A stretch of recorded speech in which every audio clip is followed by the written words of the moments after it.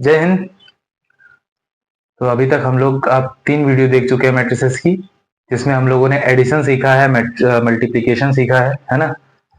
हम लोग अभी तक मैट्रिसेस में 2 चीजें सीख चुके हैं। पहला है एडिशन, यानी कि कैसे हम लोग जोड़ते हैं, ठीक क्या, योज्य या कह लो योग। दूसरी जो चीज सीखी है वो है हमारा है मल्टीप्लिकेशन। क्या है? मल्टीप्लिकेशन ऑफ मैट्रिसेस, ठीक है ना, गुणा। दो मैट्रिसेस यानी दो आव्यूहों को गुणा कैसे करते हैं, हम लोगों ने अभी तक ये सीखा है, ठीक है। तो आज हम लोग मैट्रिसेस में कुछ प्रॉपर्टीज को पढ़ के देखते हैं कि आखिर वो प्रॉपर्टीज हैं क्या, ठीक है। जैसे पहले हम लोग एडिशन लॉ पढ़ते हैं, ठीक है ना, एडिशन ऑफ मैट्रिसेस, इस पर कुछ प्रॉपर्टीज पढ़ लेते हैं। जैसे एक प्रॉपर्टी है आपकी क्यूमिटेटिव। क्या है? क्यूमिटेटिव। क्यूमिटेटिव को बोलते हैं हम लोग क्रम विनिमेय। क्या है? क्रम विनिमेय। एडिशन के अंदर हम लोगों ने सीखा है कि अगर दो मैट्रिसेस है ए और बी, तो इनके करेस्पॉन्डिंग एलिमेंट्स क्या होते हैं, आपके जुड़ जाते हैं। यानी कि अगर ए और बी हमारे पास एक मैट्रिक्स है, 2 3 4 5, दूसरी मैट्रिक्स है हमारा प्लस करना है हमको, तो ये है हमारे पास 5 6 7 8। अब इन दोनों को ऐड करेंगे तो करेस्पॉन्डिंग एलिमेंट्स क्या होंगे, ऐड हो जाएंगे। 5 और 2 ऐड होके कितना आ जाएगा, 7। 3 और 6 ऐड होके कितना आएगा, 9। 4 और 7 ऐड होगा तो 11। 5 और 8 ऐड होगा तो 13। ये हमारा रिजल्ट आएगा। अब इनमें से चाहे किसी को आगे लिखो या किसी को पीछे लिखो, यानी चाहे इस तरह लिखो चाहे इस तरह, दोनों में ही ये क्या है, वैलिडेट करेगा, वैलिड रहेगा, ठीक है। तो मैट्रिसेस में अंडर एडिशन क्यूमिटेटिव लॉ फॉलो होता है, ठीक है। अब बात आती है दूसरे लॉ की, जिसको हम लोग बोलते हैं एसोसिएटिव लॉ। क्या है? एसोसिएटिव लॉ, ठीक। 3 मैट्रिसेस हमारे पास ए बी और सी। पहले कोई दो को ऐड करते हैं, उसके बाद उसमें तीसरी ऐड करें, चाहे पहली दो को ऐड करके उसके बाद तीसरी को ऐड कर लेते हैं, रिजल्ट हमारा सेम आएगा, ठीक है। यानी पहले लास्ट की दो को ऐड करके फिर इसको ऐड कर दें, तब भी वही आंसर आना है। और पहले दो को ऐड करके फिर उसको लास्ट वाले को ऐड करेंगे, रिजल्ट सेम आएगा। ऐसा क्यों? क्योंकि हमें पता है करस्पॉन्डिंग एलिमेंट ही ऐड होंगे। अगर इन दोनों को, इन तीनों को आपस में चलो ऐड करते हैं, तो इन दोनों को ऐड करेंगे तो ये आएगा, वापस इसको जब इसी में ऐड करेंगे कितना आ जाएगा, 14 18 22 26, ठीक है। समझ में आई बात? यानी इन दोनों, इन तीनों को ऐड करना है। तो हम लोगों ने अभी अभी देखा इन दोनों को ऐड किया तो ये आया। अब जब इसमें वापस यही मैट्रिक्स ऐड करेंगे तो करेस्पॉन्डिंग एलिमेंट क्या होंगे, जस्ट डबल हो जाएंगे, कह लो जस्ट जुड़ जाएंगे। बात समझ में आ रही है? तो इस बेसिस पे हमारा क्या है, यहाँ पर एसोसिएटिव लॉ भी फॉलो होता है, ठीक है। अगला रूल आता है हमारे पास, इसको मैं रफ कर दे रहा हूं, उम्मीद करते हैं भाई ये समझ में आया होगा आपको।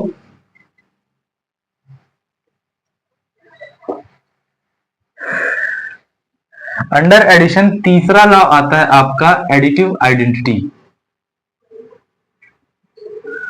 एडिटिव आइडेंटिटी, ठीक है, ये डी डबल हो गया। इसको हिंदी में बोलते हैं योज्य तत्समक। क्या है? योज्य तत्समक, ठीक है। इसमें क्या होता है आपका कि हमारे पास एक मैट्रिक्स है, दूसरी कोई एक ऐसा दूसरी मैट्रिक्स है जिसको हम पहली वाली यानी कि ए मैट्रिक्स में ऐड कर देते हैं, तो एज अ रिजल्ट हमको यही वाली मैट्रिक्स वापस मिल जाए। तो एग्जाम्पल के तौर पे अगर हम लोग देखते हैं तो हमारे पास एक मैट्रिक्स है 2 3 4 5। अब आपको पता है यहां पर जो भी मैट्रिक्स आएगी उसका रिजल्ट क्या आएगा आपका, 2 3 4 5, ठीक है। यानी पहली मैट्रिक्स, इसमें दूसरी जो भी मैट्रिक्स ऐड करें, रिजल्ट के तौर पे हमको यही मैट्रिक्स वापस मिल जाए। और आपको पता है कि 2 में अगर 0 के अलावा कुछ भी ऐड करेंगे तो वो 2 नहीं बचेगा। 3 में 0 के अलावा कुछ भी ऐड करेंगे तो वो भी क्या है, 3 नहीं बचेगा। यानी 2 में ऐड होने के लिए यहां भी 0 होना चाहिए, यहां भी 0, यहां भी 0, यहां भी 0। और ऐसी मैट्रिक्स को हम लोग बोलते हैं नल मैट्रिक्स। क्या बोलते हैं? नल मैट्रिक्स, ठीक है, या जीरो मैट्रिक्स, क्या बोलते हैं हम लोग, जीरो मैट्रिक्स, हिंदी में कहें तो शून्य आव्यूह, ठीक है। तो यहां पर हमारे पास जीरो मैट्रिक्स ऐसी मैट्रिक्स है जिसको किसी भी मैट्रिक्स में ऐड कर दें तो रिजल्ट के तौर पर वही मैट्रिक्स हमको वापस मिल जाती है। क्या इतनी बात क्लियर है? क्या इसमें कोई डाउट है? अब ध्यान देना, तो जो जीरो मैट्रिक्स है तो यहां लिख सकते हो null matrix is an additive identity, is an additive identity of any matrix, ठीक है। कोई भी मैट्रिक्स हो उसमें जो नल मैट्रिक्स आएगी, शून्य आव्यूह होगा, वो क्या होगा, योज्य तत्समक होगा उस आव्यूह का, ठीक है ना। तो यहां पर क्या है, शून्य आव्यूह, शून्य आव्यूह प्रत्येक आव्यूह का योज्य तत्समक है। क्या है, योज्य तत्समक। क्लियर है? आई होप आपको इतनी बात क्लियर हुई होगी। अब इसके बाद हमारे पास आता है निगेटिव मैट्रिक्स। क्या आती है, निगेटिव मैट्रिक्स। निगेटिव मैट्रिक्स क्या होती है, ध्यान देना, इसको हम रफ कर रहे हैं। अगला आता है आपका निगेटिव मैट्रिक्स।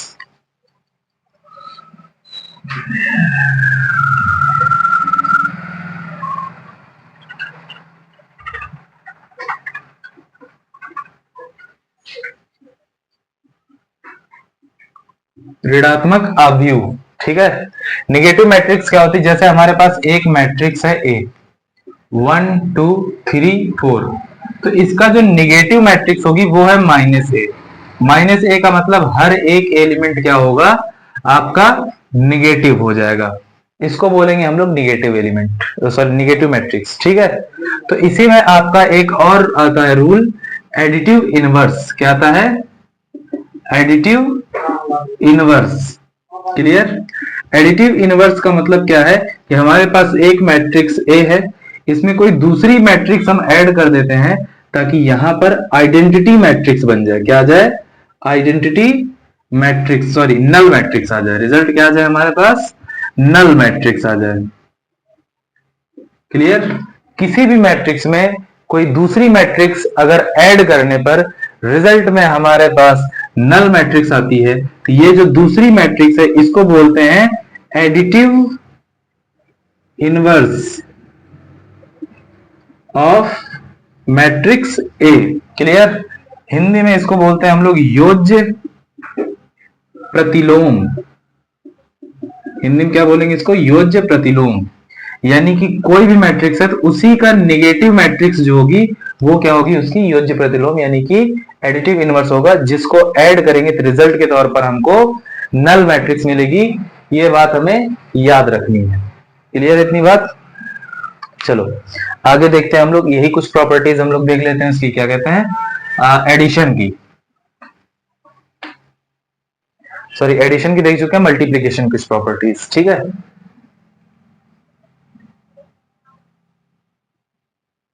मल्टीप्लीकेशन के कुछ लॉज देख लेते हैं या कह लो प्रॉपर्टीज देख लेते हैं मैट्रिसेस पर।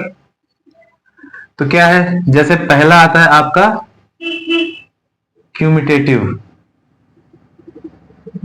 ठीक है, क्यूमिटेटिव लॉ, ठीक। दूसरा आता है आपका एसोसिएटिव लॉ।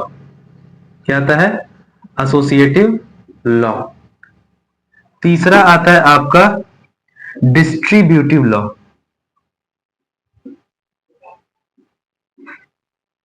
ठीक है, उसके बाद आता है आपका चौथा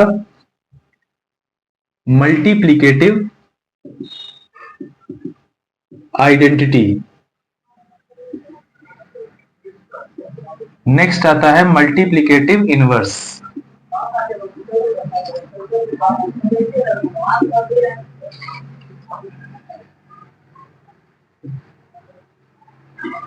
ठीक है, ध्यान देना, इसको आपको पता है हिंदी में बोलते हैं क्रम विनिमय, क्रम विनिमय साहचर्य वितरण वितरण नियम, गुणन तत्समक,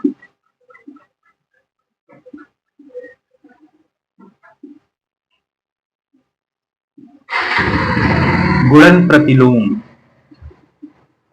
ठीक है, क्या होता है गुणन प्रतिलोम, ये इंपॉर्टेंट है बहुत ज्यादा, तो ध्यान देना, इसको समझना। ये अभी हम लोग करेंगे भी नहीं, इसमें इन चारों को हम बहुत आसानी से देख लेंगे, इसके लिए हमें कुछ चीजें एक्स्ट्रा सीखनी पड़ेंगी।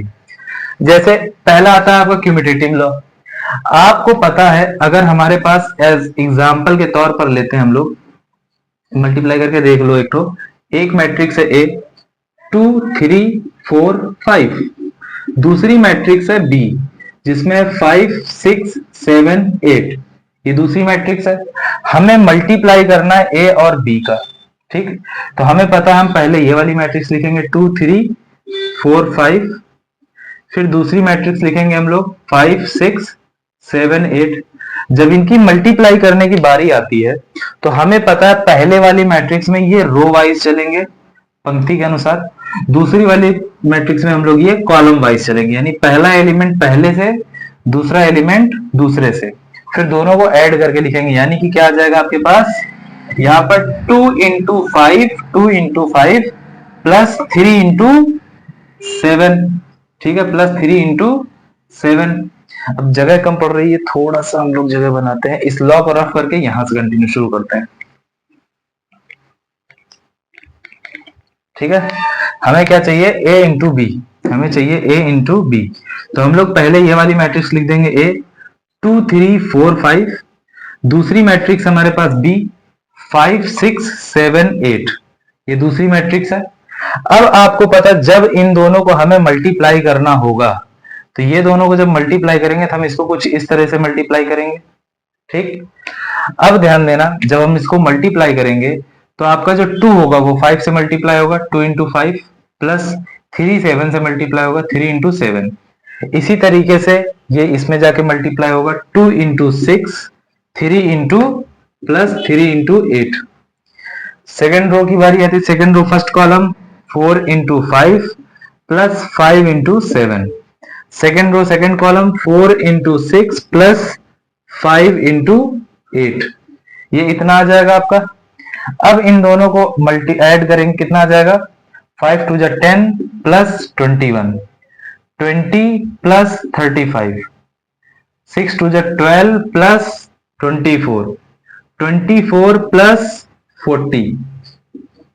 सॉल्व करेंगे, कितना आ जाएगा आपका 31 36 55 64, ये हमारा रिजल्ट आ गया। क्लियर, अब इसी को हम लोग रिवर्स कर देते हैं, तो ध्यान देना, यहां पर भाई आपके पास क्या आ जाएगा, अगर हम लोग इसी को रिवर्स कर देते हैं, ये ना निकाल के क्या करते हैं हम लोग, बी ए निकालते हैं, बी डॉट ए। तो बी ए में बी पहले लिखी जाएगी 5 6 7 8, ए बाद में लिखी जाएगी, क्या है आपके पास 2 3 4 5। अब जब मल्टीप्लाई करने की बारी आएगी, इसमें भी वही रूल, पहले में रो वाइज चलेंगे, दूसरे में कॉलम वाइज चलेंगे।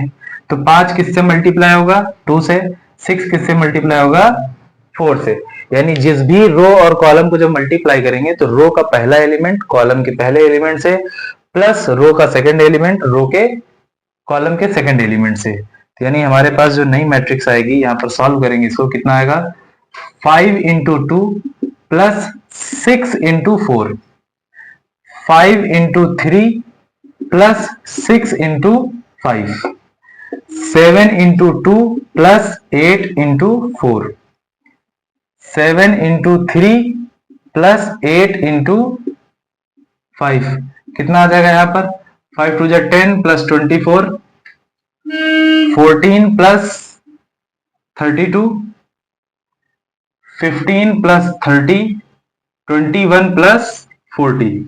क्लियर है, अब दोनों को मल्टीप्लाई करें, कितना आ जाएगा 34 46 45 61। तो ये हमारे पास दो मैट्रिक्स आ गई। यहां ध्यान देना, ये आपकी है बी इंटू ए, ठीक, और यहां पर जो आपकी मैट्रिक्स आई है ये है ए इंटू बी। अब जरा ध्यान दो, क्या ये दोनों ही मैट्रिसेस सेम आ रही हैं? क्या ये सेम आ रही हैं दोनों? तो आंसर है नहीं। तो यानी कि अगर हम लोग दो मैट्रिसेस ए और बी लेते हैं तो जरूरी नहीं है कि बी और ए भी इक्वल आए। तो यहां पर ये क्यूमुटेटिव लॉ होल्ड नहीं करता है। सिर्फ एक ही कंडीशन में होल्ड करेगा, जब हमारे पास ए और बी, अगर ये हमारे पास ए इंटू बी इक्वल है बेटा बी इंटू ए। जनरली मल्टीप्लीकेशन में क्यूमुटेटिव लॉ यानी क्रम विनिमय नियम आपका सत्यापित नहीं होता है, वेरीफाइड नहीं होता है, ठीक है ना। यानी a into B does not equals to b into A. लेकिन फिर भी अगर a इंटू बी और b इंटू ए सेम आ रहे हैं तो इसका मतलब यह है कि यहां पर आपका मैट्रिक्स ए और मैट्रिक्स बी दोनों सेम हैं, आइडेंटिकल हैं, यानी कि हर एक एलिमेंट दोनों में सेम होंगे। अर्थात ए मैट्रिक्स में अगर एलिमेंट है 2 3 4 5 तो यहां पर बी में भी यही होने चाहिए 2 3 4 5, तभी ये आंसर आएगा, अदरवाइज आंसर नहीं आएगा। क्या इतनी बात क्लियर है? अब हम लोग आगे देखते हैं। ठीक, उम्मीद करते हैं भाई ये समझ में आया होगा। जिनको भाई नोट करना है वो थोड़ा सा रफ हो गया है, बाकी आप पैक करके नोट कर सकते हैं। ठीक है, अब हमारा आता है दूसरा लॉ। दूसरा लॉ है आपका एसोसिएटिव लॉ। ठीक है ना, एसोसिएटिव लॉ, इसको हम लोग बोलते हैं साहचर्य का नियम, साहचर्य नियम। ठीक है, इसके बारे में चेक करते हैं। साहचर्य में होता क्या है, तीन मैट्रिसेस हैं, ठीक है ना, तीन में से कोई दो पहले मल्टीप्लाई कर लेते हैं, फिर दूसरी बार पहली दो को पहले मल्टीप्लाई करते हैं, बाद में तीसरी को मल्टीप्लाई करते हैं। अगर ये दोनों ही चीज सेम रिजल्ट देती है तब तो ओके है, अदरवाइज नहीं ओके है। हमारे पास एक मैट्रिक्स है ए, ये अभी हमें चेक करना डाउटफुल है इक्वल है या नहीं है। ठीक है, देखो हमारे पास एसोसिएटिव लॉ में क्या है कि तीन मैट्रिसेस हैं ए बी और ए बी सी। ठीक, अब इन तीनों को हमें चेक करना है कि ये एसोसिएटिव लॉ फॉलो होता है या नहीं होता है। ठीक है, तो ध्यान देना, मान लेते हैं हमारे पास एक मैट्रिक्स है ए जिसमें एलिमेंट है 2 3 4 5। ठीक है, दूसरी मैट्रिक्स है बी जिसमें एलिमेंट है 5 4 9 7। तीसरी मैट्रिक्स है हमारे पास सी जिसमें एलिमेंट है 2 8 9 9। क्लियर है, ये दो तीन मैट्रिसेस हैं। अब इनमें से एलएचएस को अगर हम सॉल्व करते हैं तो एलएचएस क्या कहता है, मैट्रिक्स ए को बाद में मल्टीप्लाई करेंगे, पहले बी और सी को मल्टीप्लाई करेंगे। यानी कि पहले हम लोग बी और सी का प्रोडक्ट निकाल लेते हैं, बी और सी का प्रोडक्ट निकालते हैं। तो भाई बी मैट्रिक्स क्या है 5 4 9 7, और यहां से क्या आ जाता है आपके पास सी मैट्रिक्स 2 8 9 9। इन दोनों को जब मल्टीप्लाई करेंगे तो हमें पता है यहां से क्या आएगा, 5 2 के साथ मल्टीप्लाई होगा 10, 4 9 के साथ प्लस 36, इसी तरह 5 8 के साथ 40 प्लस 9 और 4 के 36। ठीक है, यहां का एलिमेंट 9 दूनी 18 प्लस 7 9 63, 9 8 जा 72 प्लस 7 9 जा 63। सबको ऐड किया कितना आया आंसर हमारे पास 46, इसको ऐड किया कितना आया 76, इसको ऐड करें कितना आएगा 81, इसको ऐड करें कितना आ जाएगा आपका 155, सॉरी 135, कितना आएगा 135। यानी ये एलिमेंट हमारे पास आ जाएगा। आप बी और सी को मल्टीप्लाई करके देख सकते हैं। ठीक है, अब इसको हम शॉर्ट में ही पास में कहीं लिख लेते हैं क्योंकि जगह तो हमारे पास लिमिटेड है। यानी बी इंटू सी, इन दोनों को जब हमने मल्टीप्लाई किया तो रिजल्ट के तौर पे जो मैट्रिक्स आई वो आई 46 76 81 135। क्लियर है, ये बीसी मैट्रिक्स आ गई है। अब हम लोग एसी निकाल के देखते हैं, क्योंकि हम लोग के पास, सॉरी एबी, क्योंकि हमें ये लॉ वेरीफाई करना है ना, तो हमने ए बी निकाल लिया, बीसी निकाल लिया। तो बीसी को यहां पर अगर हम पुट करते हैं तो ए हमारे पास है 2 3 4 5 इंटू बीसी को यहां पुट कर देते हैं 4 6 7 6 8 1 और 135। कितना आ जाएगा, 2 से मल्टीप्लाई करेंगे इसमें कितना आएगा, 2 से मल्टीप्लाई करेंगे आ जाएगा 92 3 से मल्टीप्लाई करेंगे कितना आ जाएगा 24 43 दो 43। यहाँ मल्टीप्लाई करेंगे 2 से कितना आ जाएगा 14 15 2 प्लस 5 क्या 15 एक मिनट हाँ ठीक 5 है 15 3 3 का 9 एक 10 का 0 3 1 कम 3 1 4 ठीक है। इसी तरह नीचे मल्टीप्लाई करेंगे कितना आएगा 24 का 4 4 4 चौक 16 2 18 प्लस 8 5 40 5 7 चौक 28 28 2 30 30 4 24 ठीक है। प्लस 5 से मल्टीप्लाई करेंगे आएगा 25 5 से 15 2 17 5 एकम 5 1 6 ठीक है। सबको ऐड करेंगे रिजल्ट कितना आएगा आपके पास यहाँ पर 92 9 5 और 24 9 33। इन दोनों को ऐड करेंगे 5 4 9 8 4 1 5 ठीक है। यहां सॉल्व करेंगे आएगा 7 5 5 9 7 9 ठीक है। यानी कि जो हमारे पास a into B dot C था वो मैट्रिक्स आ गई है ठीक। कैलकुलेशन ध्यान से चेक कर लेना, हो सकता है कहीं कैलकुलेशन मैंने गड़बड़ कर दी हो, चांस है ठीक है, पॉसिबिलिटी रहती है कैलकुलेशन गलत करने की, ध्यान देना। तो एक बार फिर से चेक कर लेते हैं 6 दूनी 12 का 2 हासिल 1 4 दूनी 8 1 9 3 1 कम 3 3 और 24 ठीक। तो 5 5 आ गया 9 4 13 13 का 3 हासिल 1 3 ठीक है सही ओके। 6 दूनी 12 7 दूनी 14 1 15 ठीक। 3 5 15 13 3 39 1 40 ठीक। 4 6 24 2 4 3 12 2 14 नहीं 4 चौक 16 2 18 5 1 5 5 48 4 6 24 2 4 7 28 2 30 5 25 13 5 65 2 67 ठीक सही है। 7 5 5 9 8 5 9 7 9 ठीक सही है। तो हमारे पास a dot B dot C क्या आ गया, हमें इसकी जरूरत थी भी नहीं बेसिक बीसी की जो हम लोगों ने लिख ली थी, बट हाँ शुरुआत में थी वो हमने वहां लिख ली। तो यानी a डॉट बी सी कितना आ गया हमारे पास मैट्रिक्स में, तो 335 557 589 700 और 979 ठीक है। ये हमारे पास मैट्रिक्स आ गई। क्लियर है, इतनी बात समझ में आ रही है। अब हम लोग आगे देखते हैं, इस लॉ को आगे चेक करते हैं। आरएचएस इसी तरह देख लेते हैं भाई। आरएचएस में क्या है हमारे पास, तो आरएचएस में पहले ए और बी को मल्टीप्लाई कर लेंगे, उसके बाद फिर हम लोग सी को मल्टीप्लाई करेंगे। आरएचएस में पहले ए डॉट बी इंटू सी करते हैं, तो ए इंटू बी अगर हम लोग निकालते हैं तो क्या आएगा 2 3 4 5 इंटू 5 4 9 7 ठीक है। अब इन दोनों को मल्टीप्लाई करेंगे 5 दूनी 10 प्लस 9 त्रिक 27 4 दूनी 8 प्लस 7 त्रिक 21 4 पंचे 20 प्लस 5 9 45 4 पंचे 20 5 9 45 4 चौक 16 प्लस 7 पचे 35। दोनों को ऐड करेंगे कितना आ जाएगा आपके पास, दोनों को ऐड कर देंगे तो आंसर आएगा आपका 37 29 65 51 ठीक।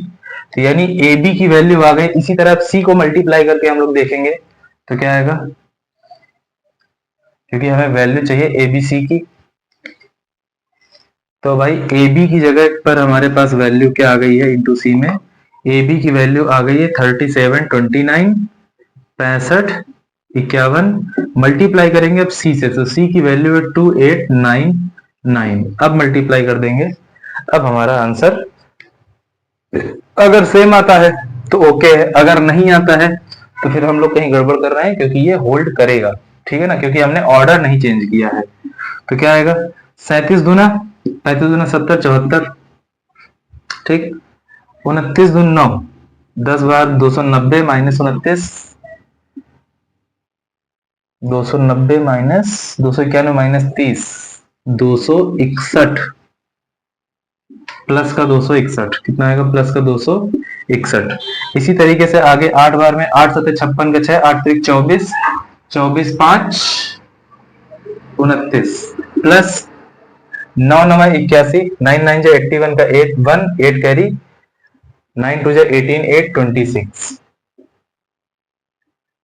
65 2 जो 130 प्लस 51 9 जो 9 बचे 45, 9 एकम 9, 8 5 40, 8 6 48 4 52 प्लस 449। ठीक है, दोनों को जोड़ेंगे भाई कितना आएगा आपके पास, तो दोनों को जोड़ा कितना है, 4 1 5, 7 6 13, 2 1 3, 9 5 3 8 5, 7 9 6 15 का 5, 4 1 5, 9 5 2 7, 5 4 9। तो देखो यहाँ पर ये हमारे पास आया a डॉट बी इंटू सी। तो ध्यान से देखो, हम लोगों ने जो वैल्यू निकाली थी a इंटू बी सी की, वो वैल्यू भी सेम थी a डॉट बी सी की, और यहां पर भी सेम है। इसका मतलब क्या है कि मल्टीप्लीकेशन के अंडर आपका एसोसिएटिव लॉ होल्ड होता है। ठीक है, नोट करना चाहे नोट कर लीजिए। बाकी इनका डायरेक्ट ऐसे नहीं पूछा जाएगा, बट ये सब कुछ नेचर है इसके, अगर वो समझते चलोगे तो आगे इन फ्यूचर अगर आप मैथ में पढ़ना चाहोगे तब कंफ्यूज नहीं होगे, है ना। तो चलो आगे देखते हैं हम लोग। तो इसका मतलब क्या है, एसोसिएटिव लॉ जो है हमारे पास होल्ड करता है, यानी तीन मैट्रिसेस में अगर सेम ऑर्डर में लिखी हुई है तो किन्हीं दो को पहले किसी एक को बाद में मल्टीप्लाई करेंगे तो ओके है। ठीक है ना, ध्यान देना, ये आपका क्या हो जाएगा, a into D into C. Clear है, ऑर्डर चेंज नहीं होना चाहिए। अगर आप यहाँ ऑर्डर चेंज करते हो कि सर a और c को पहले मल्टीप्लाई कर देते हैं बाद में b को मल्टीप्लाई करते हैं, तो ध्यान देना, आपको पता है b इंटू सी कभी भी c इंटू बी के इक्वल नहीं होता है। तो यहाँ ऑर्डर चेंज हो गया है, तो ये ओके नहीं है। अगर तीन मैट्रिक्स इसी तरीके से लिखी हुई है ए बी सी, तो चाहे पहले इन दोनों को मल्टीप्लाई करके तब ये मल्टीप्लाई करो, या फिर पहले इन दोनों को मल्टीप्लाई करके तब इसको मल्टीप्लाई करो। ध्यान देना, जब इन दोनों को मल्टीप्लाई करोगे ना तो इसको इसमें मल्टीप्लाई करोगे। क्लियर है, तो यानी ये वाली मैट्रिक्स पहले लिखी जाएगी, ये दोनों का प्रोडक्ट बाद में, तभी ये लॉ होल्ड करेगा। अगर आप इसमें कोई पैटर्न चेंज कर देते हो तो एक काम करते हैं सर, ए और सी को हम पहले मल्टीप्लाई कर लेते हैं फिर बी को मल्टीप्लाई करते हैं, तो नहीं पॉसिबल है, आंसर गलत हो जाएगा। सी और ए को मल्टीप्लाई करके तब बी को हम मल्टीप्लाई करते हैं, गलत हो जाएगा, ऑर्डर हमारा बदल चुका है। क्या ये बात समझ में आ रही है, तो इसलिए आंसर हमारा करेक्ट नहीं आएगा। तो इंपॉर्टेंट बात है ये सब में गड़बड़ नहीं करना। ये एमसीक्यू टाइप में जो बच्चे एनडीए कर रहे हैं, एनडीए में डायरेक्ट क्वेश्चन इससे पुटअप होता है। ठीक है, तो ये चीज ध्यान देना है, हमें इसमें गड़बड़ नहीं करनी है। अब नेक्स्ट लॉ आता है आपका डिस्ट्रीब्यूटिव लॉ। नेक्स्ट लॉ आता है आपका डिस्ट्रीब्यूटिव लॉ। डिस्ट्रीब्यूटिव लॉ क्या है आपके पास, डिस्ट्रीब्यूटिव लॉ। डिस्ट्रीब्यूटिव लॉ क्या है, तीन मैट्रिसेस हैं, ठीक है ना, जिसमें से एक को मल्टीप्लाई करना दो के सम के साथ। तो इसको आप चाहे इस तरह सम करके पहले सम कर लो बी और सी का, फिर ए को निकालो, या फिर ए और बी का प्रोडक्ट ले लो, फिर ए और सी का प्रोडक्ट ले लो और फिर ऐड कर दो, तब भी हमारा आंसर सेम आएगा। ये प्रॉपर्टी आप करके देखना, ओपन कर लेना, जैसे एक ए मान लेना, कोई एक मैट्रिक्स है, ठीक है ना, दूसरी मैट्रिक्स बी है जिसको मान सकते हो आप, तीसरी मैट्रिक्स है सी। तो पहले इन दोनों को एक बारी ऐड कर लेना, जो भी रिजल्ट आएगा बी प्लस सी का, ठीक है ना, उसको ए के साथ मल्टीप्लाई कर लेना, एलएचएस आपका आ जाएगा। फिर आप आरएचएस रखना, ए और बी को पहले मल्टीप्लाई कर लेना, फिर ए और सी को मल्टीप्लाई कर लेना, रिजल्टेंट को ऐड करोगे, देखोगे दोनों सेम आएगा, तो ये लॉ होल्ड होगा इसमें। क्लियर है, अब बात कर लेते हैं हम लोग आगे मल्टीप्लिकेटिव आइडेंटिटी की।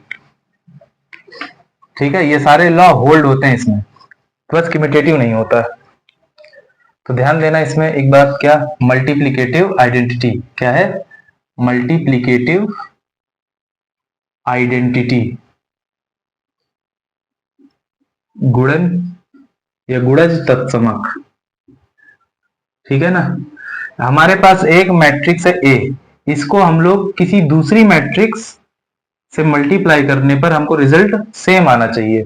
तो जिस भी मैट्रिक्स से मल्टीप्लाई करोगे उसे हम कहेंगे इसका आइडेंटिटी मैट्रिक्स। तो ऐसी केस में जनरली जो यूनिट मैट्रिक्स है वो हमारे पास क्या होता है, आइडेंटिटी मैट्रिक्स होता है। यूनिट कह लो या कह लो हिंदी में इकाई,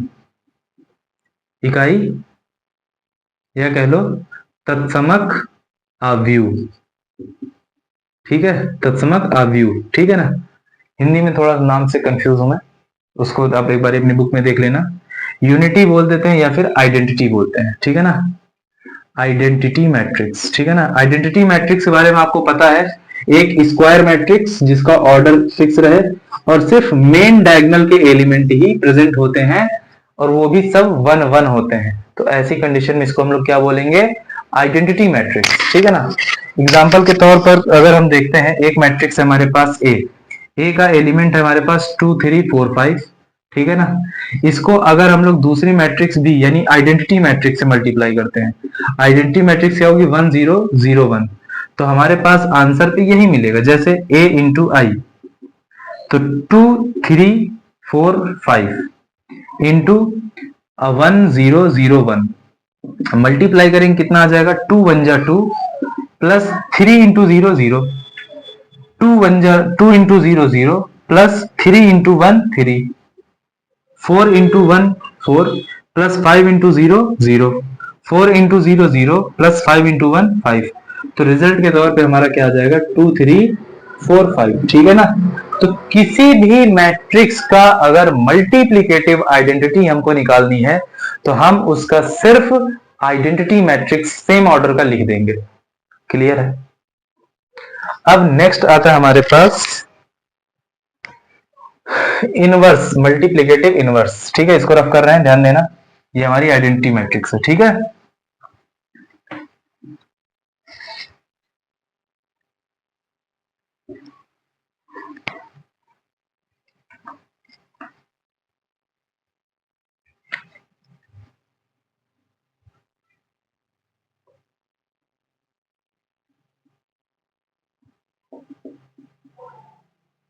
मल्टीप्लिकेटिव इनवर्स, इसमें क्या है, कोई भी हमारी एक मैट्रिक्स है, इसमें दूसरी मैट्रिक्स को हम ऐड करते हैं तो आंसर में हमारी आइडेंटिटी मैट्रिक्स आ जाती है, ठीक है।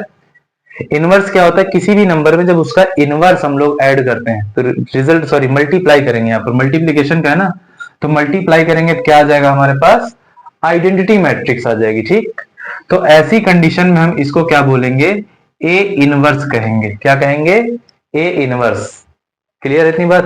मान लेते हैं हमारे पास एक मैट्रिक्स ए जिसका ऑर्डर कुछ है, ठीक, दूसरी मैट्रिक्स है बी जिसका ऑर्डर कुछ है। अब a इंटू बी अगर हम निकालते हैं और आंसर में हमारा आइडेंटिटी आ जाता है तो हम b को क्या कहेंगे, b is equal to A inverse. ये बहुत इंपॉर्टेंट रूल है, ध्यान देना, इसको अभी हम रोक के चलेंगे, ठीक। तो a इनवर्स निकालने के लिए हम एक फॉर्मूला दिमाग में रखेंगे कि 1 upon determinant of a into adjoint of a। Clear है, क्लियर है। तो इसको हम लोग क्या बोलते हैं, इंग्लिश में इसको बोलते हैं एडजॉइंट ऑफ ए, ठीक है। हिंदी में बोलते हैं इसको ए का सहखंडज, ए का सहखंडज, शायद सहखंड या सहखंडज, इन्हीं में से एक वर्ड इसके लिए यूज करते हैं हम लोग। और इसको हम लोग बोलते हैं ए का सारणिक, determinant of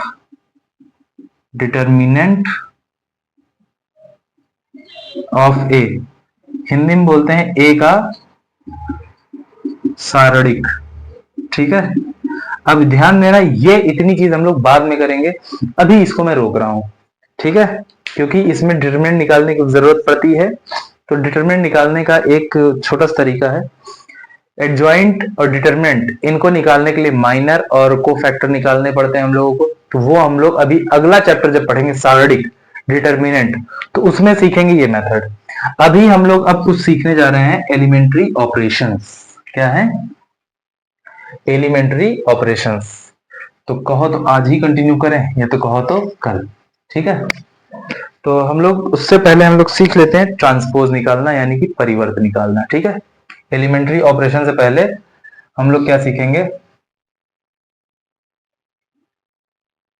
transpose of matrix. ठीक है ना, ट्रांसपोज को ही क्या बोलते हैं हम लोग, आव्यूह का परिवर्त, आव्यूह का परिवर्त। ठीक है, आव्यूह का परिवर्त क्या होता है, जैसे मान लेते हैं हमारे पास ए कोई एक मैट्रिक्स है, ठीक है ना, जिसका है 2 3 4 5 6 7, ये एक मैट्रिक्स है जिसका क्या है 2/3 ऑर्डर की एक मैट्रिक्स है। अब इसका जो ट्रांसपोज निकालेंगे उसको हम ए डैश से लिखेंगे।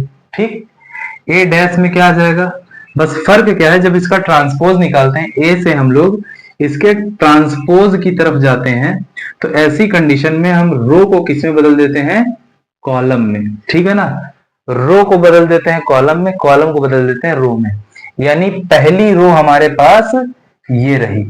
तो जब इसका ट्रांसपोज निकालेंगे हम लोग, ये क्या निकाल रहे हैं हम लोग बेटा, ट्रांसपोज। ठीक है, तो ट्रांसपोज में क्या करेंगे, रो वन जो इस तरह था वो रो वन इस तरह आ जाएगी, यानी ये हो जाएगा कॉलम वन। तो 2 3 4, इसी तरीके से सेकंड रो का एलिमेंट सेकंड कॉलम के एलिमेंट बन जाएगा 5 6 7। तो ध्यान से देखो, जो इसमें फर्स्ट रो का काम कर रही थी, ट्रांसपोज वाली में वही फर्स्ट कॉलम का काम करेगा। इतनी बात क्लियर है, तो बस रो का कॉलम में कन्वर्ट कर देना ही क्या कहा जाता है, ट्रांसपोज ऑफ अ मैट्रिक्स। इतनी बात क्लियर है, आई होप आपको इतनी बात समझ में आई होगी। ठीक है,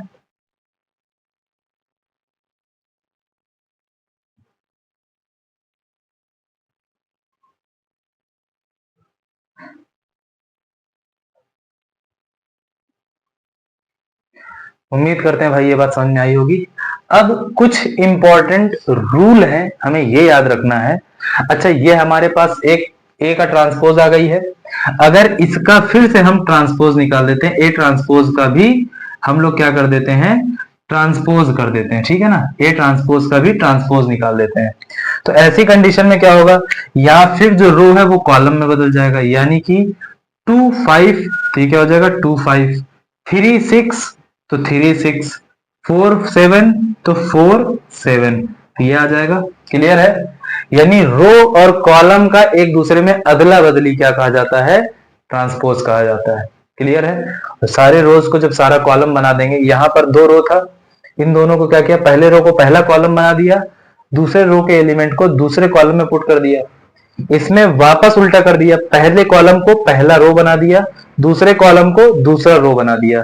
तो ध्यान से देखो, ये वाली मैट्रिक्स और ये वाली मैट्रिक्स क्या सेम नहीं है क्या, देखो यहां पर सेम एलिमेंट आ रहे हैं, नहीं आ रहे हैं। तो यानी हम ये कह सकते हैं कि भाई किसी भी ट्रांसपोज मैट्रिक्स का अगर हम लोग ट्रांसपोज कर देते हैं तो वापस वही मैट्रिक्स आ जाती है। ये है पहला रूल, याद रखना, क्वेश्चन में बहुत बार पूछा जाना है ये। ठीक है, उम्मीद करते हैं भाई इतनी बात आपको समझ में आई होगी। कपड़ा कहां गया, ये रहा, चलो देखो, तो इतनी बात आपको ध्यान रखना है, इसमें रो और कॉलम को आपस में हम लोग इंटरचेंज कर देते हैं। ठीक है, दूसरी चीज, दूसरा रूल क्या है हमारे पास इसका, कि अगर दो मैट्रिसेस हैं, ठीक है, जिनको हम ऐड करके अगर उनका ट्रांसपोज निकालना चाह रहे हैं, तो बेहतर है उनका ट्रांसपोज निकाल के तब ऐड कर दिया जाए। क्या कर दिया जाए, ट्रांसपोज निकाल करके तब ऐड किया जाए। अगर दो मैट्रिसेस को सब्ट्रैक्ट करना, ध्यान देना यहां पर एक चीज मैंने उल्टा लिख दी है, A transpose plus B transpose हो जाएगा। ठीक है, अच्छा माइनस अगर करना है तो भैया जब यहां पर माइनस करोगे तो उनका ट्रांसपोज निकाल के तब माइनस कर दो,